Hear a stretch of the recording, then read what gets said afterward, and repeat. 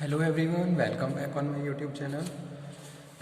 Environment में आज के सेशन में हम डिस्कस करेंगे डेप्लेशन ऑफ ओजोन लेयर, जो कि रिलेटेड है social issues and the environment से। ठीक है, in the previous video lecture we have covered the topic acid rain और global warming and greenhouse effect. In that topic, if you have any problem, then you can again discuss. So let's begin today's session on the topic depletion of ozone layer. Okay, तो ozone, सबसे पहले हम ये understand करेंगे कि भी ozone layer है क्या, किस तरीके से ये डेप्लेट हो रही है, कौन कौन से ऐसे फैक्टर हैं जो इसके ऊपर एक नेगेटिव इम्पैक्ट डाल रहे हैं। ठीक है, तो स्टार्ट करते हैं। अ लेयर ऑफ ओजोन, अ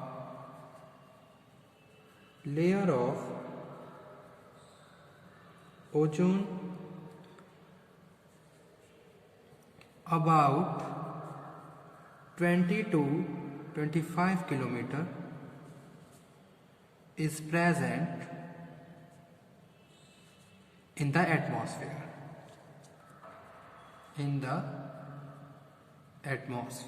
अगर हम अर्थ की बात करें तो हमारी अर्थ से 20 to 25 किलोमीटर अगर हम ऊपर की तरफ जा रहे हैं तो ओजोन लेयर वहाँ पे एग्जिस्ट करती है। ठीक है, अगर हम बात करें ओजोन लेयर, तो ओजोन लेयर जो है 20 to 25 किलोमीटर आप ऊपर की तरफ अगर हम कवर कर रहे हैं एरिया, तो वहाँ पे हम ओजोन लेयर की बात कर रहे हैं। Present in the atmosphere in very small quantities, in very small quantities and high concentration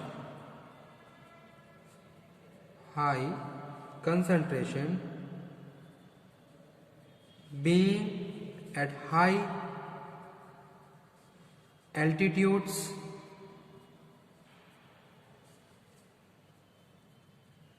where it is formed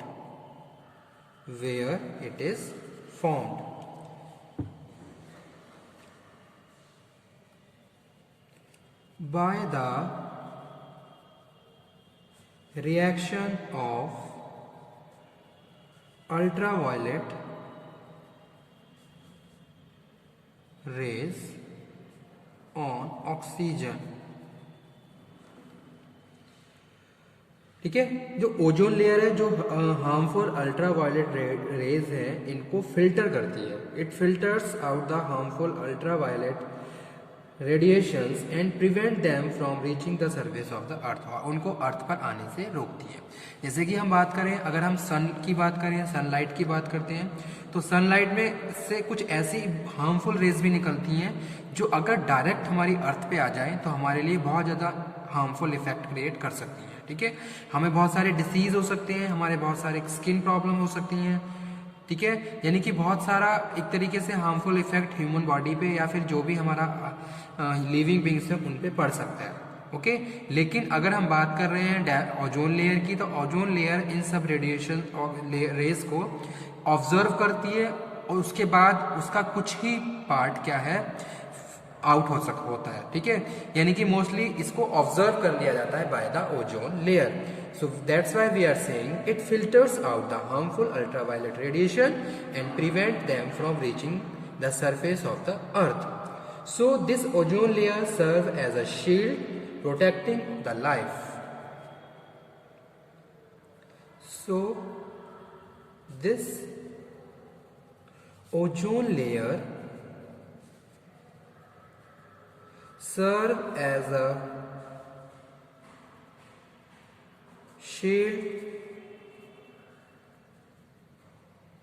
protecting the life on earth from harmful effect of ultraviolet radiation. ठीक है, found in the sun radiation.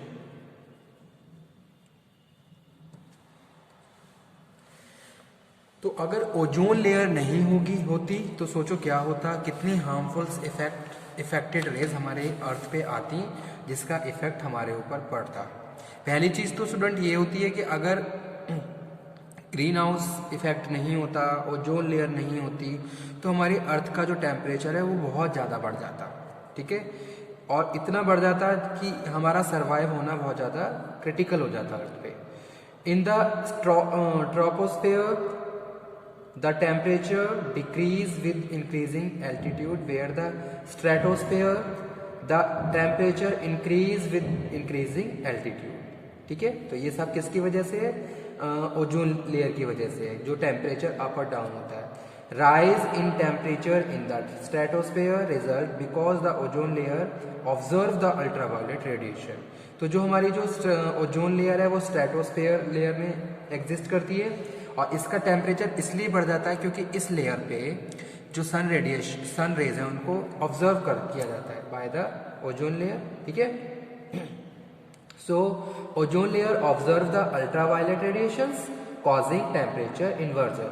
This temperature inversion limits the vertical mixing of pollutants, thereby the causing dispersal of pollutants over large areas near the earth's surface। ठीक है, जैसे कि हम बात करते हैं कि भाई बहुत ज़्यादा डेंस क्लाउड हो गया। This explain why a dense cloud of pollutants hang over the atmosphere in industrial area. तो आपने देखा होगा इंडस्ट्रियल एरिया होते हैं तो वहाँ पे क्या है, हमेशा क्लाउड एकदम बादल से छाए रहते हैं, तो कहीं ना कहीं उसका वो हमारा जो पॉल्यूशन है उसका इफेक्ट है। However, some pollutants enter the stratosphere and persist for years until they get converted to the other products। जैसा कि हमने पीछे अभी लास्ट लेक्चर में पढ़ा था कि भाई जो सल्फर और नाइट्रस ऑक्साइड के जो प्रॉपर्टीज़ हैं या फिर जो भी सब्सटेंसेस हैं, ये क्या होते हैं, एनवायरमेंट पॉल्यूटेंट्स के थ्रू, हार्मफुल पॉल्यूशन के थ्रू एनवायरनमेंट में पहुंच जाते हैं और वो वाटर वेपर के साथ रिएक्शन करके सल्फ्यूरिक एसिड और नाइट्रिक एसिड में कन्वर्ट हो जाते हैं।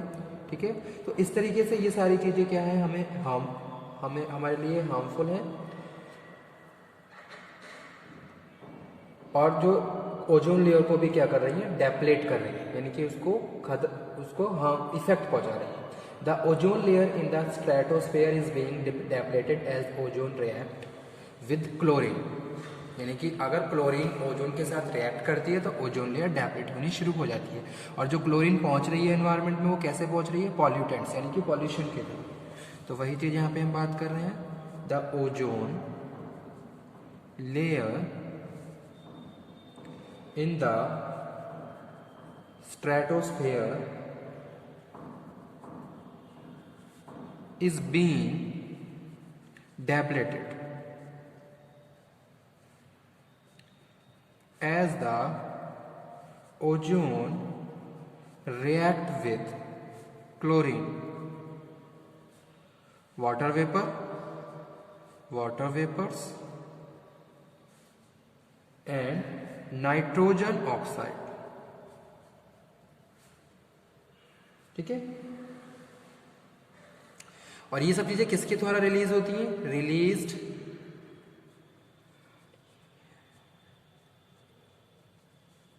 Bye aircraft. जो एयरक्राफ्ट उड़ रहे हैं हमारे मतलब कि आसमान में, हाई एल्टीट्यूड एयरक्राफ्ट, या फिर सेकंड है क्लोरोफ्लोरोकार्बन,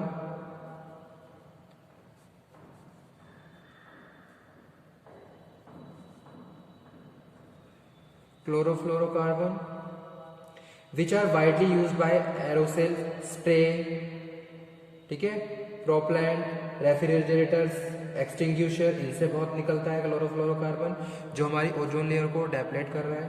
ठीक है, उसके बाद है nitrous oxide produce by action of bacteria, nitrous oxide produced by action of bacteria। ठीक है, huge buildup of gases, huge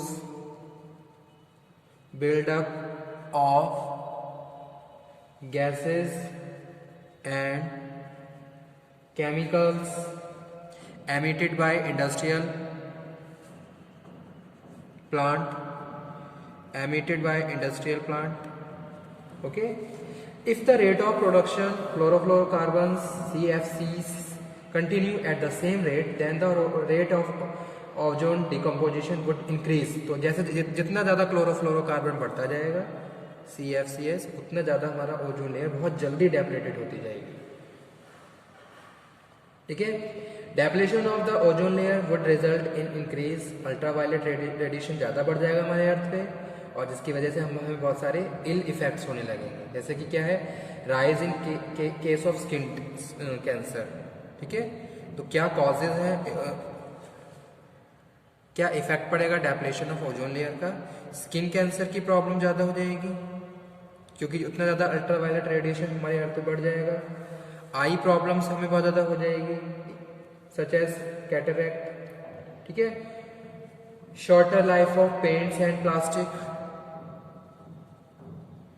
shorter life of paint and plastic, ये सारी चीज़ें बहुत जल्दी ख़त्म हो जाएंगी.